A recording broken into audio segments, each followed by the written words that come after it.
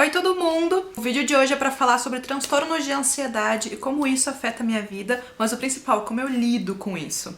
Antes de tudo, eu quero falar que nenhum vídeo que eu venha trazer aqui pro canal falando de depressão ou qualquer outro tipo de transtorno e doença seja para aparecer. Muito pelo contrário, eu faço esses vídeos com o intuito de ajudar quem passa por isso, quem sabe orientar alguém que ame ou conviva com uma pessoa que passe por esses mesmos problemas. Muitas vezes quem está passando por isso não sabe como pedir ajuda e quem sabe de alguma maneira esses vídeos venham a ajudar. Eu demorei muito para pedir ajuda, mas principalmente eu demorei muito para aceitar que eu tinha qualquer tipo de problema. Eu sempre achei que fosse bobagem, eu sempre achei que eu não precisava de ajuda, até chegar ao ponto que eu não conseguia mais conviver com isso. Então vir aqui fazer esses vídeos para mim também é um pouco de superação, porque quando eu olho para trás eu vejo todo esse meu trajeto, eu vejo como para mim era difícil assumir o que eu tinha e hoje poder vir aqui ajudar outras pessoas é muito gratificante.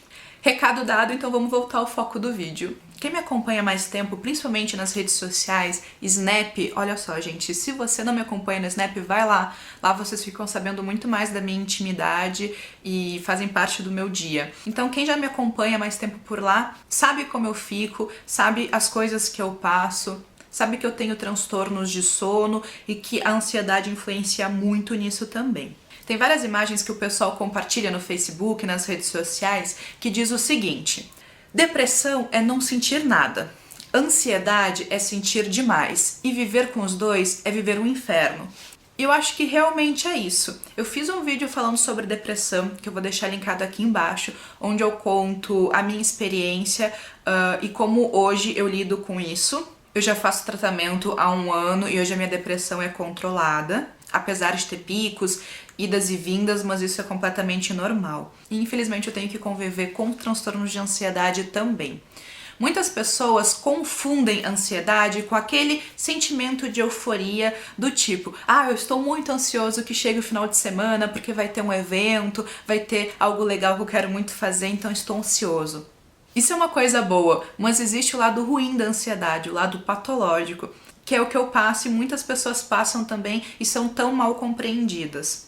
Tudo que eu vou falar aqui é baseado na minha experiência, mas eu acredito que o transtorno de ansiedade possa se manifestar de maneiras diferentes nas pessoas, então vamos por partes, vamos lá. Comigo, as minhas crises de ansiedade sempre funcionaram da seguinte forma: era um medo muito grande de algo que eu achava que pudesse acontecer. Então, por exemplo, ano passado, quando houve a reviravolta do YouTube, os pagamentos caíram, teve toda essa crise financeira, eu passei por crises de ansiedade muito grandes, muito severas, porque eu tinha medo de como é que eu vou conseguir me manter agora, esse era meu principal trabalho.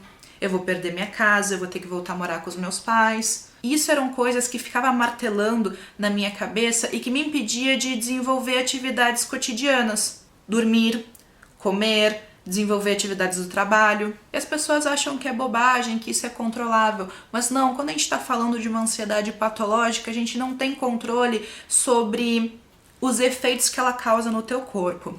Eu lido com insônia desde muito cedo e a ansiedade é um clique para minha insônia acontecer. Então por muitas noites eu deito na cama, eu sinto sono, eu estou cansada, meus olhos ardem, eu quero dormir, mas o corpo não permite, ele simplesmente não desliga, porque aqueles sentimentos de medo e tudo que ele te traz não permite que a sua cabeça pare de funcionar.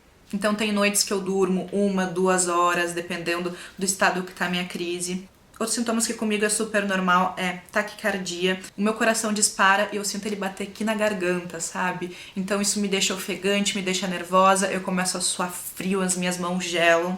E o estômago, eu acho que isso é o que a minha ansiedade mais afeta. Eu simplesmente não consigo comer. Por isso que eu falo que o transtorno de ansiedade afeta as pessoas de maneiras diferentes, porque algumas têm crises e comem desesperadamente, tentando amenizar isso. Comigo acontece exatamente o contrário, o meu estômago trava e qualquer coisa que eu coma, eu vomito. Isso é péssimo. No segundo trimestre do ano passado, que eu passei por esses problemas de trabalho, entre outros problemas que estavam juntos, tinha muitas coisas de cunho pessoal, de relacionamento, que estava afetando a minha cabeça. eu simplesmente não conseguia comer e eu vomitava toda semana. Quem me acompanha mais de perto sabe, porque quando eu vomito, a minha pele enche de bolinhas vermelhas, que são vasinhos sanguíneos que estouram e aí deixa a pele desse jeito. Como eu sou muito branquinha, aparece muito. Então toda semana eu tava com a pele assim, isso era muito, muito, muito complicado. E nessa fase que eu tinha mais crises, muitas de vocês que passavam pelas mesmas coisas vinham, tentavam me deixar mensagens de apoio e principalmente pediam minha ajuda, tipo, Jéssica, o que você faz para que isso passe? Como é que você lida com isso? E agora eu vou confessar aqui com vocês, até hoje eu não lido muito bem com a ansiedade. Eu falo muito disso com a minha psicóloga, ela sempre bateu muito na tecla que todas essas reações do meu corpo, elas são alimentadas por esses medos que a ansiedade traz. E que isso a gente pode tratar psicologicamente. Por exemplo, quando eu tive as crises de ansiedade ligadas ao meu trabalho, ela sempre me orientava. Tá, Jéssica, vamos sentar e vamos pensar de forma racional quais são as saídas para esse teu problema financeiro, esse teu problema de trabalho. Ok, os pagamentos diminuíram, então quem sabe vamos pensar em um novo rumo de trabalho, quem sabe vamos pensar numa nova vertente, mudar de emprego, ou pensar num novo caminho, em novos vídeos que possam te gerar mais visualização e que tu volte a receber mais por eles. E nisso é com tudo. Outra coisa que a gente conseguiu diagnosticar com a terapia foi o problema do meu estômago, dessa questão de não conseguir comer e se comer vomitar. A minha psicóloga falou que isso podia ser uma forma do meu corpo de colocar pra fora as coisas que eu guardo pra mim e as coisas que eu não falo. Por exemplo, ainda focando no trabalho, sei lá, eu fui visitar meus pais, surgiu a conversa sobre o meu trabalho, eles vieram e me questionaram, tá, e agora o que você vai fazer da tua vida?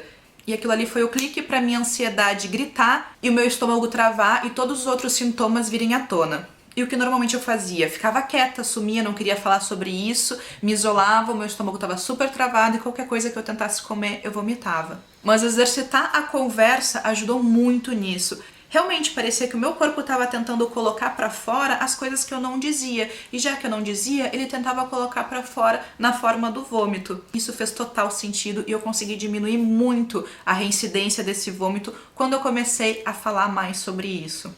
Tinha algo incomodando com o meu namoro, em vez de eu ficar quieta e guardar aquilo ali pra mim e ficar mal, vou lá e converso. Quando meus pais questionam sobre o meu trabalho, eu tento conversar da maneira mais racional com eles. Claro que quando a gente tá falando sobre problemas que envolvem muito o psicológico, tudo é muito relativo. E eu tô contando pra vocês como funciona comigo. Então vocês podem tentar, mas não é certeza. O ideal mesmo é sempre procurar ajuda médica, ajuda psicológica. Muitos vão me perguntar se eu faço uso de medicamento e eu já fiz sim. Como eu já falei pra vocês, eu sou muito, muito relutante em tomar remédio, eu não gosto. Eu tenho pânico de tomar remédio, na verdade. E eu fiz uso de medicamento há bastante tempo atrás, porque esses problemas me acompanham já há muito tempo. E ele não deu certo pra mim.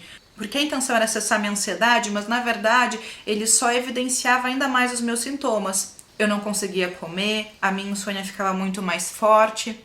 E aí eu parei de fazer uso. Eu poderia procurar outros medicamentos, poderia sim, mas realmente é algo que eu reluto e eu sempre tento maneiras alternativas de lidar com isso e o medicamento eu deixo como última opção. Minha psicóloga me aconselhou a procurar florais, medicamentos homeopáticos, realmente coisas alternativas que não sejam tão fortes e que não agridam ou causem algum tipo de dependência. E eu não descarto que eu venha fazer uso no futuro.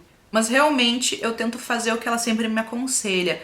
Tentar agir com esse medo que a ansiedade me traz da forma mais racional possível e começar a ver alternativas de saída para isso, seja em qualquer aspecto. Por exemplo, tô com algum problema com meu namorado, em vez de eu ter ataques de ansiedade e ficar muito mal por isso, eu tento realmente colocar esse problema assim na minha frente e ver saídas para ele. E conversar acaba sendo uma solução muito interessante e que dá muito certo pra mim. Eu sempre fui uma pessoa comunicativa e falar, colocar as coisas pra fora me ajudam muito. Talvez seja por isso que a terapia é essencial pra mim e dá tão certo.